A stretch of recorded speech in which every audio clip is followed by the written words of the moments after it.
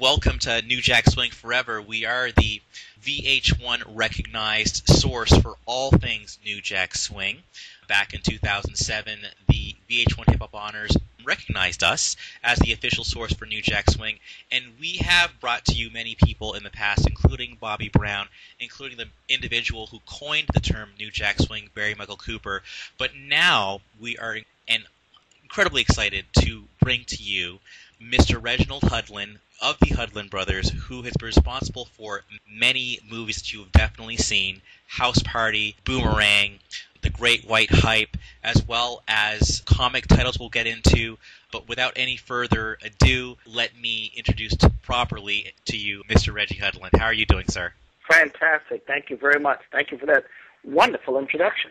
Thank you very much as well. We can go in a linear fashion in terms of going from the very beginning, from the St. Louis time frame all the way up to now, or we can talk about what's maybe most relevant, which is your work with Marvel Comics in the Black Panther now, and then kind of go, back and forth between whatever you want to talk about. Which would you rather do? Let's do the latter, because I can hear in your voice. You want to do it that way? Fair enough. Well, tell us a little bit about Black Panther in terms of the comics that you're working on now. Yeah, well, I've always had a tremendous passion for comic books. I'm one of those kids who learned the word invulnerable very early in my childhood via comic books. And one of those comic books I always loved was the Black Panther. It's just an incredibly cool character, and even though I went into film and television, I always had to dream of writing comics one day. A series of mutual friends ended up with me having a meeting with Joe Quesada, who's the editor-in-chief at Marvel Comics. I was talking to him about my passion for comics, and he and his executive editor, Axel Alonso, said, "Well, sounds great. Well, what comic do you want to write?" Wow. I said, "Black Panther." So I left that meeting with a job to write this 6-issue miniseries. And I was fortunate enough to get John Romita Jr., who's one of the best artists in the history of Medium, to be my collaborator on it. So I wrote this 6-issue miniseries, and the idea was to write a comic book not just for people who are not familiar with the character, but for people who this may be their first comic book. But he was just such a unique character, an African king of this scientifically advanced country that, kicked ass, whether it was, in the UN, in the boardroom, or in the battlefield. I just thought this was a unique character. So I wrote a book that was accessible at the same time exciting to people who grew up on the character, who just liked the idea of the character. Once I turned in 6 issues, Marvel said, "Hey, what if you kept writing? What would you do next?" So I told them some ideas, and they said, "Well, just keep writing." So I ended up writing the book for the next 5 years, which was great. It was pretty wild because writing a comic book is kind of a full-time job. It's 22 pages a month. And then on top of it, then out of the blue, I got another job offer, which was to be president of entertainment for BET. So now I'm running a network and writing a monthly comic book, which I did because I really love both jobs. So then I was talking with Dennis Cowan, who's a legendary comic book artist who I had hired as the head of my animation division. And he said, it'd be a cool idea, Reggie, if we did a TV series based on the Black Panther. I said, that is a pretty cool idea. And I kind of didn't think about it anymore. Then, a couple of months later, he shows up with the first 3 minutes of the Black Panther animated series. I'm like, whoa, this is pretty awesome. Yeah. Showed it to the folks at Marvel. They flipped. Showed it to, the top boss at BET. She approved it. She had been waiting for me to come with some Black Panther stuff. And so we did this 6-issue animated series, which is an adaptation of the first 6 issues of the comic book that I had written. And that's going to be coming out on DVD in January. Fantastic.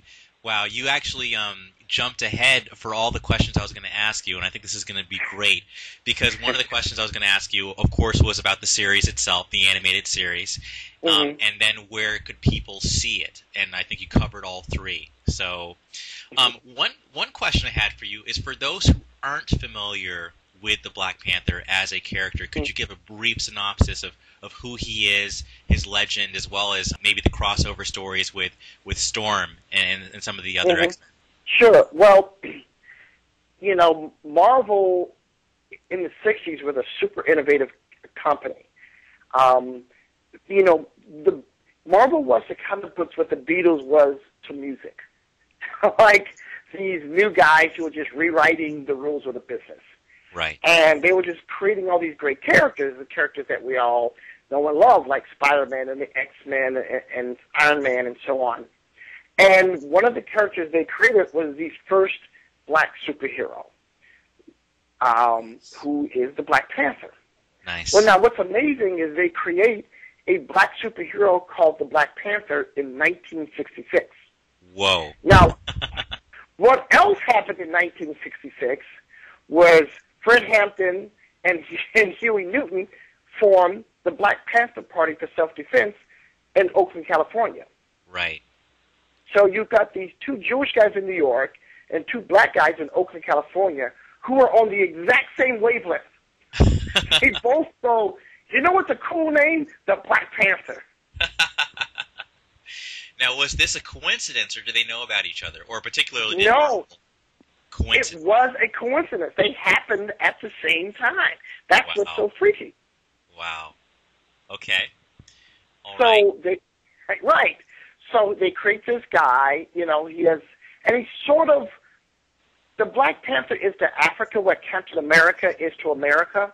Meaning he's a superhero, but he's also a symbol of the best of the country. You know, I mean, you know, Captain America is the personification of the ideals of the American dream. And the same way that Black Panther is that for the continent of Africa. And he's smart, and he's cool, and he's noble. He's not super strong, he can't fly, but he can definitely apply foot to ass. He is a tough, tough guy.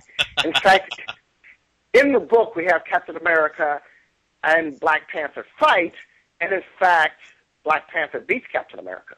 Wow. Nice. And so, and, you know, when he was first introduced in the comics, he actually beat all four members of the Fantastic Four. So he's a very formidable guy. Fantastic. No pun intended. Yes. And one of the things I did when I started writing the character of the Black Panther, I said, well, he's the king of a country, right? Well, what's the number one job of a king? To produce heirs, right? The monarchy must continue. Right. So I said, the Black Panther has to get married. So I'm like, okay, you're an African king, but you're also a superhero that, you know, runs all over the world. Who's the chick who's right for you? Well, there's a princess from Kenya with superpowers. She fight, you know, you fight in the Avengers, she fights with the X-Men. It seems like you guys are a natural love match. Nice. So that's what we did. So Storm of the X-Men married the Black Panther. This was a big deal in the world of comic books. People were freaked out. Some people were happy. Some people upset. Just like any other marriage, right? Right. But the fact is, they are, in fact, a perfect fit. And it's really one of the best things I feel like I contributed to comics history is to get those two hitched. Fantastic once again. That's really exciting. And I'm sure that those listening who may not be familiar will now be even more interested in exploring the mythology that you've helped, you know, establish for such a character. Maybe we'll even see it in live action. Who knows? Any plans for that? You know, there's been talk of a Black Panther movie for quite some time. Actually, since when I first arrived in Hollywood.